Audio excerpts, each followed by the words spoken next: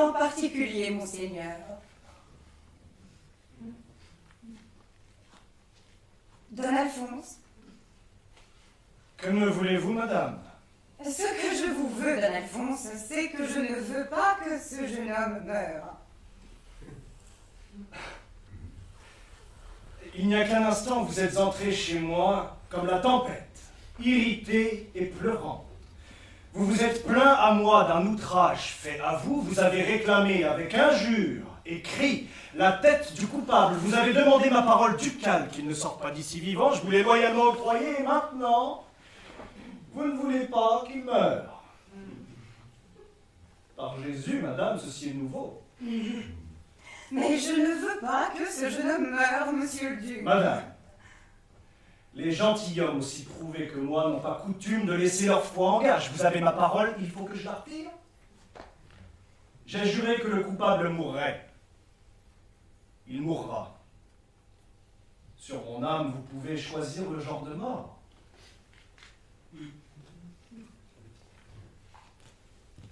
Mort. Don Alphonse. Don Alphonse. En vérité, nous disons là des folies, vous et moi. Tenez, c'est vrai, je suis une femme pleine de déraison. Mon père m'a gâtée. Que voulez-vous? On a depuis mon enfance obéi à tous mes caprices. Ce que je voulais il y a un quart d'heure, je ne le veux plus à présent. Oh, vous savez bien, Alphonse, que j'ai toujours été ainsi. Tenez.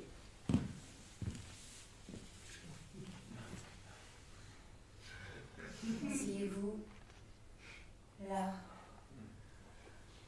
près de moi, et causons un peu, tendrement, cordialement, comme mari et femme, comme deux bons amis. Donna Lucrezia, vous êtes madame. Je suis trop heureux qu'il vous plaise de m'avoir un instant à vos pieds. Oh. Oh, mais comme cela est bon de s'entendre. Savez-vous bien, Alphonse, que je vous aime encore, comme le premier jour de mon mariage. Vous savez que je vous aime, n'est-ce pas, Alphonse? Vous n'en doutez jamais, au moins. Oui, je suis froide quelquefois, mais distraite, mais cela vient de mon caractère, non de mon cœur. Oh, écoutez, Alphonse, si votre Altesse me rendait doucement, je me corrigerais bien vite. Oh, la bonne chose de s'aimer comme nous autres. Donnez-moi votre main et embrassez-moi.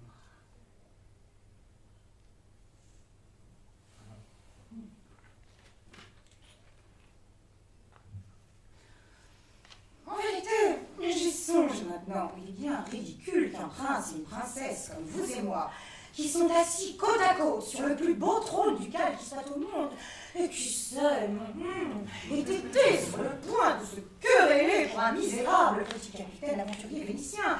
Il faut chasser cet homme et n'en plus parler. Qu'il aille où il voudra, c'est drôle. N'est-ce pas? Oh, Alphonse, le lion et la lionne ne se croisent pas la mouchon. Attendez que j'aille dire à Bautista de votre part qu'il est à chasser au plus vite de Ferrare ce Gennaro. Rien ne presse. Oh, mais je voudrais l'avoir plus vite songé. Allons, monsieur, laissez-moi terminer cette affaire à ma guise. Il faut que celle-ci se termine à la mienne. Mais enfin, Alphonse, vous n'avez pas de raison pour vouloir la mort de cet homme. Et la parole que je vous ai donnée, le serment d'un roi est sacré. Mais cela est bon à dire au peuple, mais de vous à moi, Alphonse, nous savons ce que c'est. Une parole jurée est une nécessité quand il n'y en a pas d'autre. Pourtant, Donna Lucrezia a un serment. Oh, mais ne me donnez pas de ces mauvaises raisons-là, hein! Je ne suis pas une sotte! Dites-moi plutôt si vous avez quelques motifs d'en vouloir à ce Gennaro, non? Eh bien, accordez-moi sa vie! Vous m'aviez bien accordé sa mort, qu'est-ce que cela vous fait? S'il me plaît de lui pardonner, c'est moi qui suis offensé. Oh. Mais c'est justement parce qu'il vous a offensé, mon amour, que je ne veux pas lui faire grâce. Oh, mais si vous m'aimez, Alphonse, vous ne me refuserez pas plus longtemps. Et s'il me plaît d'essayer de la clémence à moi, c'est un moyen de me faire aimer de votre peuple. Je veux que votre peuple m'aime. La miséricorde, Alphonse, cela fait ressembler à un roi, à Jésus-Christ.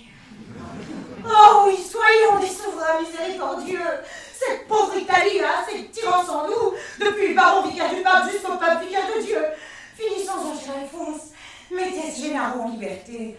C'est un caprice, si vous voulez, mais c'est quelque chose de sacré et d'auguste que le caprice d'une femme quand il sauve la tête d'un homme. Je ne puis, chère Lucrèce. Vous ne pouvez. Mais enfin, pourquoi ne pouvez-vous pas m'accorder quelque chose d'aussi insignifiant que la vie de ce capitaine? Vous me demandez pourquoi, mon amour? Oui. Pourquoi? Parce que ce capitaine est votre amant, madame. Monsieur. Parce que vous l'avez été chercher à Venise. Parce que vous l'iriez chercher en enfer.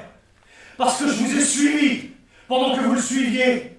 Parce que je vous ai vu, masqué et haletant, courir après lui, comme la louve après sa proie. Parce que vous vous êtes prostituée à lui sans aucun doute, madame.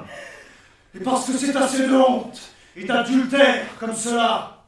Et parce qu'il est temps que je venge mon honneur et que je fasse couler autour de mon lit un fossé de sang, entendez-vous, madame? Parlez-vous! Veillez sur vos amants désormais, Lucrèce! Mais monseigneur, je vous jure! Ne jurez pas les serments sur la peau pour le peuple! Ne me donnez pas de ces mauvaises raisons-là! Mais si vous Tenez, madame, je hais toute votre abominable famille de Borgia. Et vous, toute la première que j'ai si follement aimée, la famille Borgia, qui s'appelle pas même Borgia, qui s'appelle le Zoli ou le Zolio. On sait quoi, j'ai horreur de votre frère César. Il y a des taches de sang naturel au visage de votre frère César, qui a tué votre frère Georges. J'ai horreur de votre mère, la Rosa Vanozza, la vieille fille de joie espagnole qui scandalise Rome. Après avoir scandalisé Rome, laissez-moi finir.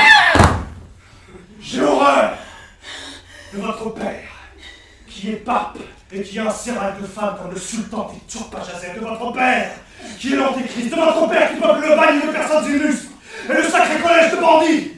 Oh, monseigneur! Monseigneur!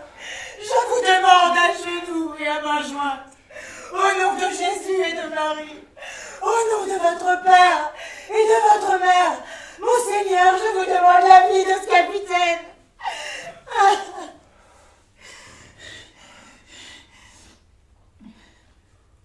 Voilà, aimé.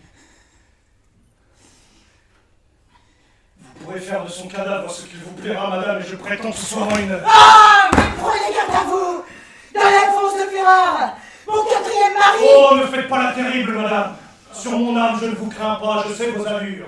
Je ne me laisserai pas empoisonner comme votre premier mari, ce pauvre gentilhomme d'Espagne dont je ne sais plus le nom, ni vous non plus. Je ne me laisserai pas chasser comme le second Jean Sforza, seigneur de Pesaro, cet imbécile. Je ne me laisserai pas tuer à coups de pique sur n'importe quel escalier comme le troisième, Don Alphonse d'Aragon. Moi, je suis un homme, madame. Le nom d'Hercule est souvent porté dans ma famille. Par le ciel, j'ai des soldats plein ma ville et plein ma seigneurie, et j'en suis un, moi-même. Vous vous repentirez de ces paroles, monsieur. Vous oubliez qui je suis. Je sais fort bien qui vous êtes, mais je sais aussi où vous êtes. Vous êtes la fille du pape, mais vous n'êtes pas à Rome. Vous êtes la gouvernante de Spolète, mais vous n'êtes pas à Spolète. Vous êtes la femme, la sujette et la servante d'Alphonse, duc de Ferrare. Et vous êtes en Ferrare!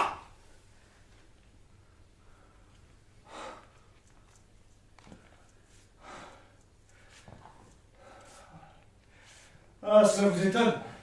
Vous avez peur de moi, madame. Jusqu'ici, c'était moi qui avais peur de vous. J'entends qu'il en soit ainsi désormais.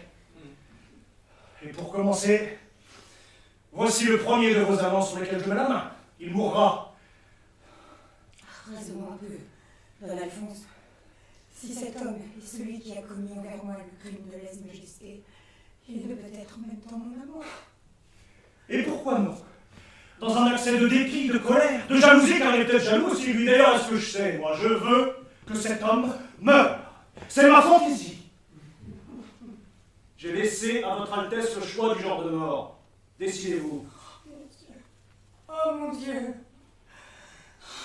Vous ne répondez pas? Je vais le faire tuer dans l'antichambre à coups d'épée. Arrêtez! Aimez-vous mieux lui versez vous-même un verre de vin de Syracuse. Gennaro! Il faut qu'il meure. Pas un coup d'épée! La manière m'importe peu. Que choisissez-vous? Autre chose. Vous aurez soin de ne pas vous tromper et de lui verser vous-même du flacon d'or que vous savez, je serai là d'ailleurs, ne vous figurez pas que je vais vous quitter. Et je ferai ce que vous voulez. Bautista, ramenez le prisonnier. Vous êtes un homme affreux. Mon Seigneur.